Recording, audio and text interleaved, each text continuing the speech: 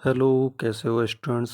तो आओ आज हम एक यूपीएससी के कुछ प्रीवियस ईयर्स के क्वेश्चन को सॉल्व करेंगे और कुछ ट्रिक्स, कुछ शॉर्टकट्स को देखेंगे। तो आइए, आज का फर्स्ट क्वेश्चन है, if x minus Y equal to 8 then which of the following must be true.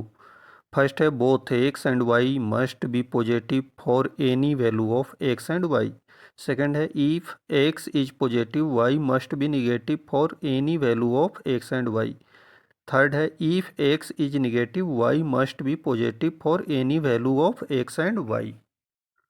Question number 23 है, इसमें क्या है, X minus Y equal to 8 है। तो इसमें क्या है, एक्स और वाई दोनों पॉजिटिव हो सकते हैं क्या? तो होंगे, हो सकते हैं और नहीं भी हो सकते हैं। मस्ट भी दिया हुआ मतलब हमेशा ही पॉजिटिव ही होना चाहिए क्या? कोई ज़रूरी नहीं है। क्यों? क्योंकि मान लो एक्स का वैल्यू 2 है और वाई का वैल्यू -10 है, तो माइनस माइनस 10 हो जाएगा, तब पर भी ये 8 आ जाएगा। तो ज़रूरी नहीं है कि दोनों की वैल्यू पॉजिटिव हो, निगेटिव भी हो सकता है। अब एक्स पॉजिटिव हो और वाई निगेटिव हो तो क्या हो सकता है कि एक्स पॉजिटिव, एक्स का मतलब एक्स को 10 और वाई को निगेटिव हो तो ही आ सकता है, ऐसा कुछ नहीं है। 2, तो 2 क्या हो गया, वाई पॉजिटिव हो गया, तब पर भी ये 8 आ सकता है। तो ये भी गलत है, ये भी गलत है। और ये एक्स माइनस एक्स निगेटिव हो और वाई पॉजिटिव हो, ऐसा भी कोई ज़रूरी नहीं है, क्योंकि एक्स निगेटिव या पॉजिटिव कुछ भी रहे तो वैल्यू आ सकता है, इसका 8 आ सकता है। क्योंकि यहाँ पर जो डिजिट है सिर्फ उस पर निर्भर करता है कि वो कैसा है। तो दोनों वेरिएबल है, इसलिए ये क्या होगा कि ये तीनों कन्फर्म नहीं है, मतलब मस्ट भी नहीं है। तो इसलिए हमारा ऑप्शन क्या होगा, डी। डी ऑप्शन में क्या है, नाइदर 1 नॉर 2 नॉर 3, मीन्स 1 2 3, ये तीनों में से कोई भी शर्त जो है वो मस्ट नहीं है, हो सकता है, मे भी हो सकता है, मस्ट नहीं हो सकता है। ठीक, तो ऑप्शन हमारा डी सही है। ठीक, नेक्स्ट क्वेश्चन है, if X is between -3 and -1 and Y is between -1 and 1, then X square minus Y square is between which of the following. अभी क्वेश्चन नंबर 14 है कि -3 और -1 के बीच में x है। x क्या है, दोनों के बिटवीन है, और y जो है -1 और 1 के बीच में है। तो -3 और -1 के बीच में वैसे आता क्या है, तो -2 आता है। तो x की वैल्यू हम कंसिडर कर सकते हैं कि -2 है। y इसके बीच में क्या आता है, -1 और 1 के बीच में 0 आता है।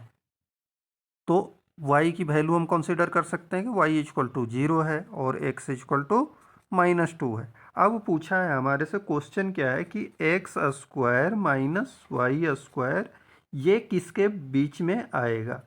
तो एक्स स्क्वायर और वाई स्क्वायर अगर इतना है तो क्या हो सकता है, -2 का स्क्वायर माइनस 0 का स्क्वायर बराबर कितना होता है, -2 4 होता है, और 0 का स्क्वायर करो या क्यूब करो या पावर 10 कर दो, सबकी वैल्यू 0 आती है। तो कितना हो गया, 4 हो गया।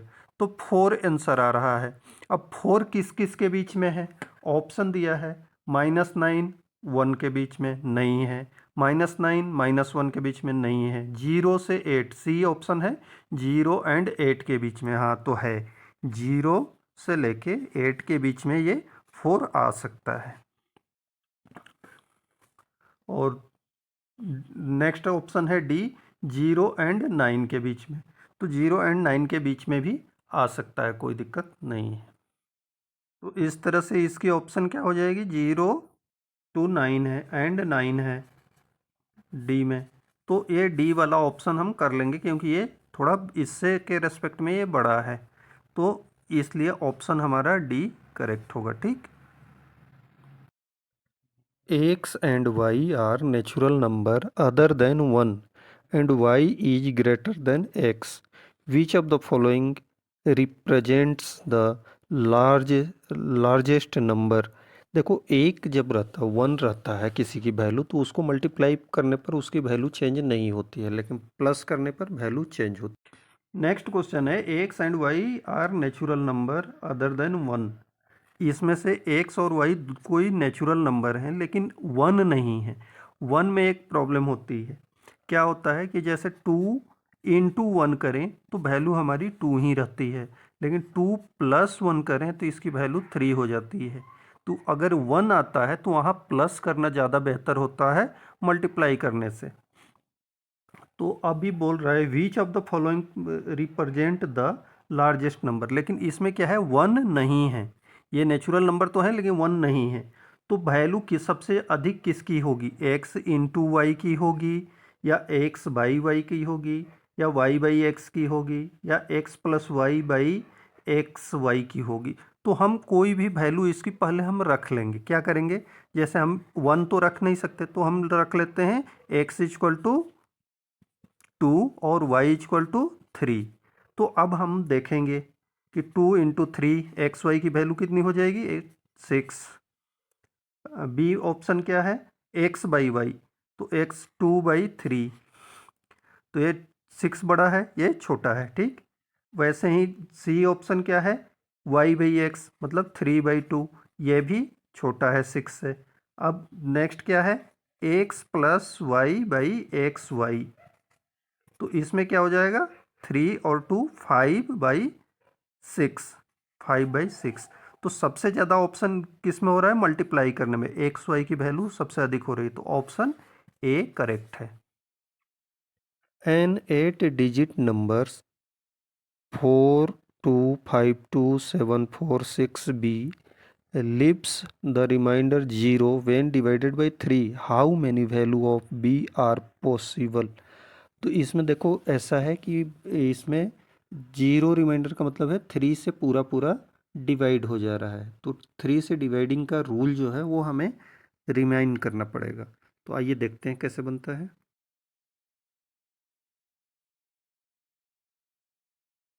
अभी क्वेश्चन है कि ये 8 डिजिट का एक नंबर है, 4252746b। तो ये 3 से जब डिवाइड करते हैं इसको तो रिमाइंडर हमारा 0 आता है। कितना आता है, 0। तो b की वैल्यू क्या हो सकती है, तो b की कितनी वैल्यू पॉसिबल है, ठीक। तो इसमें आपको पता होना चाहिए कि 3 से पूरा पूरा डिवाइड होगा तभी ये इसका रिमाइंडर 0 हो सकता है। तो 3 से पूरा पूरा ये डिवाइड होगा, तो 3 से पूरा पूरा डिवाइड होने के लिए क्या है, इसको हम आपस में जोड़ते हैं और उसको 3 से डिवाइड करते हैं। तो 4 + 2 + 5 + 2 + 7 + 2 7 + 4 + 6 + b, 6 5 11 2 13 7 20 24 30। तो ये आ गया हमारा 30। अब 30 में b जोड़ना है तो b को हम 0 रख सकते हैं, तब पर भी ये 3 से डिवाइडेबल होगा। 3 रख सकते हैं, तब पर भी ये 33 हो जाएगा, और 33 3 से डिवाइड होता है। 6 रख सकते हैं तो ये 36 आता और ये भी डिवाइडेबल हो जाता। 9 रख सकते हैं तो 39 होता, जो कि 3 से डिवाइडेबल है, 3 के टेबल में आता है। तो ये 4 वैल्यू हैं जिसको हम b की जगह पर पुट कर दें, फिर भी ये पूरा डिजिट जो है वो 3 से डिवाइडेड होगा, ठीक। तो इसके टोटल कितने वैल्यू आ गए, 4। तो ऑप्शन सी में 4 दिया हुआ है, ऑप्शन सी करेक्ट है। Number 136 is added to 5b7 and the sum obtained is 7a3, where a and b are integers. It is given that 7a3 is exactly divisible by 3. The only possible value of b is। तो इसमें देखो दोनों को जब ऐसे जोड़ घटाव वाला है तो ऊपर नीचे लिखकर ही बनाना चाहिए। तो आइए बनाते हैं। नेक्स्ट क्वेश्चन है 136 में ऐड करना है 5b7 और इसका आंसर आना चाहिए 7a3। जहाँ पर कि ये जो 7A3 है, ये 3 से पूरा पूरा डिवाइड होता है। तो 3 से पूरा पूरा डिवाइड होने के लिए क्या होता है, इसको हम आपस में जोड़ते हैं। तो 7 + A + 3, अगर ये पूरा पूरा डिवाइड होगा तभी ये पूरा नंबर डिवाइड होगा। तो ये इसमें 7 और 3 10 हो जाएगा, और A तो इसको 3 के टेबल में कौन सा आता है, 3 3 3 जा 9, 3 4 जा 12। तो 12 लाना है तो A की जगह पर हमें कितना लाना पड़ेगा, कम से कम 2 लाना पड़ेगा, ठीक। या फिर A की जगह पर 2 अगर नहीं आता है तो 15 लाना चाहिए, तो 5 आना चाहिए, ठीक। और क्या आ सकता है, 8 आ सकता है। अब देखो ये 3 ऑप्शन दे दिए यहाँ पर, क्या A की जगह पर 2, 5 और 8 होना चाहिए, तभी ये 3 से पूरा पूरा डिवाइड होगा। बाकी हम इसको जोड़ते हैं। अब 6 और 7 कितना होता है, 13, 13 का 1 और 1 कैरी हो गया। अब 3 में एक कैरी को जोड़ देंगे तो कितना हो जाएगा, 4 हो जाएगा। 4 और ये आना चाहिए कितना, 2 आना चाहिए। तो यहाँ अगर 8 करेंगे तो 12 हो जाएगा, तब तो हमारा सही हो जाएगा। और ये 5 और 6 है, तो यहाँ भी हमें एक कैरी भी लेना है, तो 12 लाना ही ज़रूरी है, ठीक। तो अगर हम यहाँ 5 लाने के चक्कर में रहें तो कितना हो जाएगा, ये 4 ऑलरेडी है, 1 होगा, तो यहाँ तो आ जाएगा 5, लेकिन इसमें कैरी नहीं आएगा, तो ये 6 है तो 7 नहीं आएगा। तो इसलिए यहाँ बी की जगह पर क्या हम पुट कर सकते हैं, 8 कर सकते हैं। और हमसे यही पूछा गया है कि बी की जगह पर क्या पुट करना पड़ेगा, तो बी की जगह पर क्या पुट करना पड़ेगा, ए पुट करना पड़ेगा, ठीक। Question number 28, suppose you have sufficient amount of rupees currency in three denominations 1, 10 and 50. In how many different way can you pay a bill of rupees 107, 107 रुपये पे करनी है, और आपके पास कॉइन्स कितने हैं, 1 का, 10 का और 50 का। तो कितने ऐसे वे होंगे जिसके तहत आप पे, क्वेश्चन जो है उसमें है आपके पास कॉइन है 1, 10 और 50 के। ये अनलिमिटेड है, इसका कोई गिनती नहीं है, आपके पास जितना इच्छा उतना है, मतलब सफिशियंट है। 10 का भी सफिशियंट है, 50 का भी सफिशियंट है, और आपको पे करनी है 107 रुपीज। तो आप कितने ऐसे वे होंगे जिसके थ्रू आप पे कर सकते हो, तो इसमें क्या होगा, 1x, एक्स टाइम 1 को पे कर सकते हैं, y 10 के साथ y कर सकते हैं, और 50 के पास z कर सकते हैं, जिससे कि 107 रुपये हमारा हो जाए, ठीक है। तो इसमें क्या होगा, जेड को हम 3 तरह से पे कर सकते हैं। एक बार जेड को बिल्कुल ना पे करें, सारे 10 और 1 में पे कर दें। एक बार जेड को 1 टाइम में पे कर सकते हैं, एक 50 का दे दें, बाकी 10 और 1 को मिला के पूरा कर दें। और दूसरा 2 से कर सकते हैं, तो ये कितना हो जाएगा, जेड को 3 टाइम्स, 3 तरह से पेड कर सकते हैं। अब एक जेड को जब हम 0 पेड करते हैं तो क्या हो सकता है, एक्स और 10y को ही पे करना होगा, जेड तो हमारा 50 का हम दे ही नहीं रहे हैं। तो क्या हो जाएगा ऐसे, एक्स को, तो इसके अनुसार हमारे को पे कितना करना है, 107 रुपये। तो इसमें y जो है, y को हम 0 से लेकर 10 टाइम्स पे कर सकते हैं। मतलब 0, बिल्कुल 0 का मतलब हो गया टोटल, हम 1 का कॉइन ही पे कर दें, और एक 10 का करें और बाकी 1 का कर दें, 2 10 का करें बाकी 1 का कर दें।